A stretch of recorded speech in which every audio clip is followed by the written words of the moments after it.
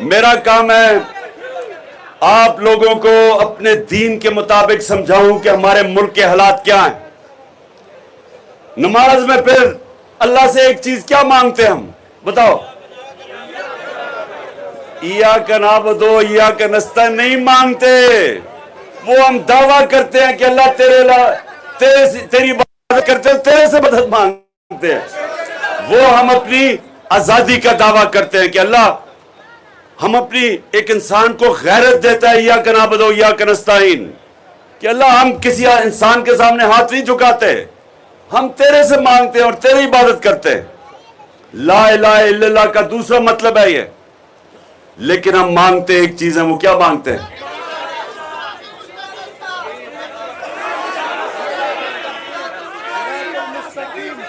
ہم ایک ہی چیز مانگتے ہیں کہ اللہ اس کے نہ ان کے راستے پہ لگا جن کو تو نے نعمتیں بخشی, اور اللہ سے یہ بھی کہتے ہیں کہ ان کے راستے نہیں جو تباہی کا راستہ ہے.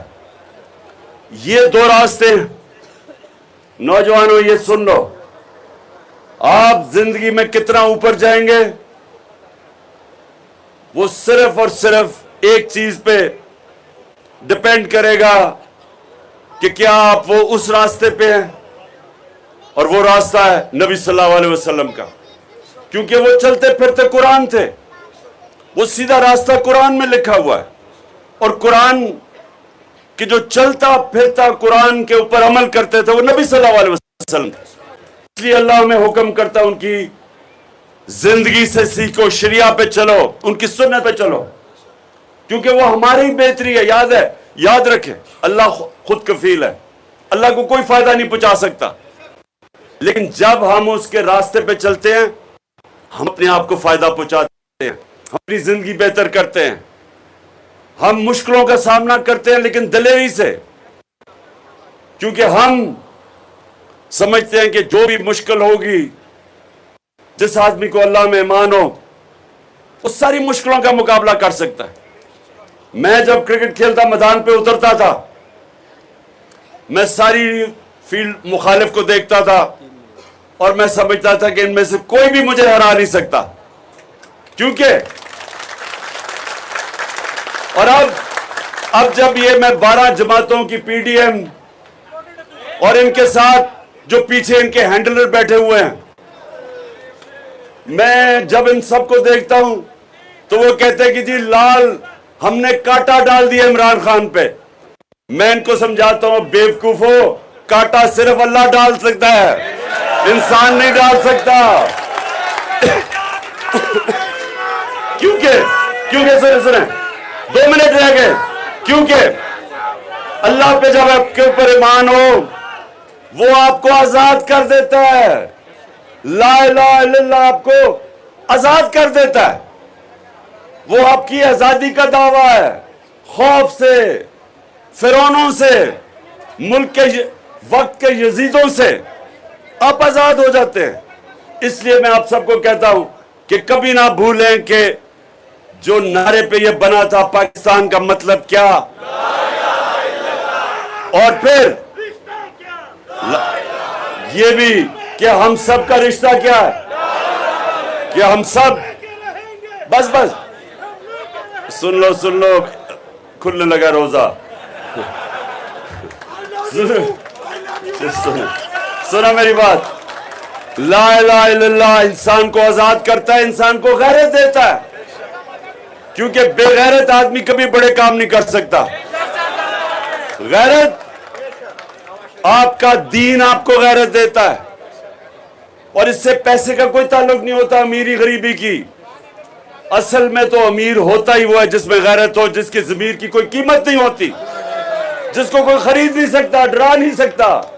وہ غیرت مند آدمی ہوتا ہے جو کبھی کسی کے سامنے ہاتھ نہیں پھیلاتا, جو کبھی جھوٹ بولنے سے ڈرتا ہے کیونکہ اس کی غیرت چلی جائے گی, جو رشوت لیتے ہوئے ڈرتا ہے کیونکہ اسے خوف خدا ہے, اور اس کو ڈر ہوتا ہے کہ جب میں کسی سے غلط کام کروں گا میری غیرت کو نقصان پہنچے گا. یاد رکھیں بڑا آدمی, بڑا انسان کبھی بے غیرت نہیں ہوتا. بڑا اللہ جب جس کو عزت دیتا ہے, بڑا مقام دیتا ہے, وہ ہمیشہ غیرت مند ہوتا ہے. اور جو قوم جو ہم نے پاکستان بنانا ہے، وہ جب ایک قوم دوسری قوموں سے بھیک مانگتی ہے وہ اپنی غیرت کھو بیٹھتی ہے. قومی غیرت جو نبی صلی اللہ علیہ وسلم نے مدینہ کی ریاست میں ان عربوں کو دیا تھا جن کی حیثیت نہیں تھی، ان کو دنیا کی امامت کروائی تھی. اللہ نے ان کو دنیا کی امامت کروائی تھی. 2 سپر پاورز ان کے سامنے گھٹنے ٹیک گئی تھی کیونکہ وہ لا الہ الا اللہ سمجھ بیٹھے تھے، بڑے انسان بن گئے تھے. انسان کو پر لگ گئے تھے. جو مولانا رومی کہتے ہیں کہ زمین پہ کیوں چونٹیوں کی طرح رینگ رہے ہو جب اللہ نے تمہیں پر دیے ہیں. ہم سب کو پر دیے ہیں، اور پر دینے کے لیے لا الہ الا اللہ آپ کو سمجھنا پڑے گا. غیرت مند انسان کوئی پر ہوتے ہیں جو کبھی کسی کے سامنے نہیں جھکتا، ہاتھ نہیں پھیلاتا، جھوٹ نہیں بولتا، کرپشن نہیں کرتا. اور آپ ہیں انشاءاللہ میری وہ ٹیم جو اس پاکستان کو حقیقی طور پہ آزاد کرے گی. پاکستان زندہ باد. دعا کر لے، اذان ہوگی، دعا کر لے. نمبر 1 کہ اللہ، ہاتھ اٹھاؤ کہ اللہ پاکستان کو مدینہ کے ریاست کے اصولوں پہ ایک عظیم قوم بنا. آمین. اللہ پاکستان میں ایک عدل اور انصاف کا نظام لے کے آئے جو لوگوں کو آزاد کر دے. اور اللہ پاکستان کو وہ ملک بنا کہ کوئی انسان یا کوئی پاکستان کے اندر انسان بھوکا نہ سوئے. اور آخر میں، اور یہاں دیر کے لوگ بیٹھے ہیں، آپ کو زیادہ اس کا آپ کو سمجھ ہوگی کہ وہ ملک ہو جو ہمارے نوجوانوں کو باہر نوکریاں ڈھونڈنے نہ جانا پڑے، بلکہ باہر سے لوگ پاکستان میں نوکریاں ڈھونڈنے آئے. آمین. پاکستان زندہ باد.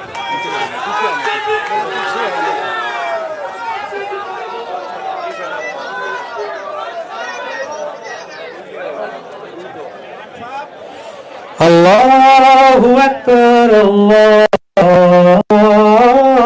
اکبر، اللہ اکبر، اللہ اکبر.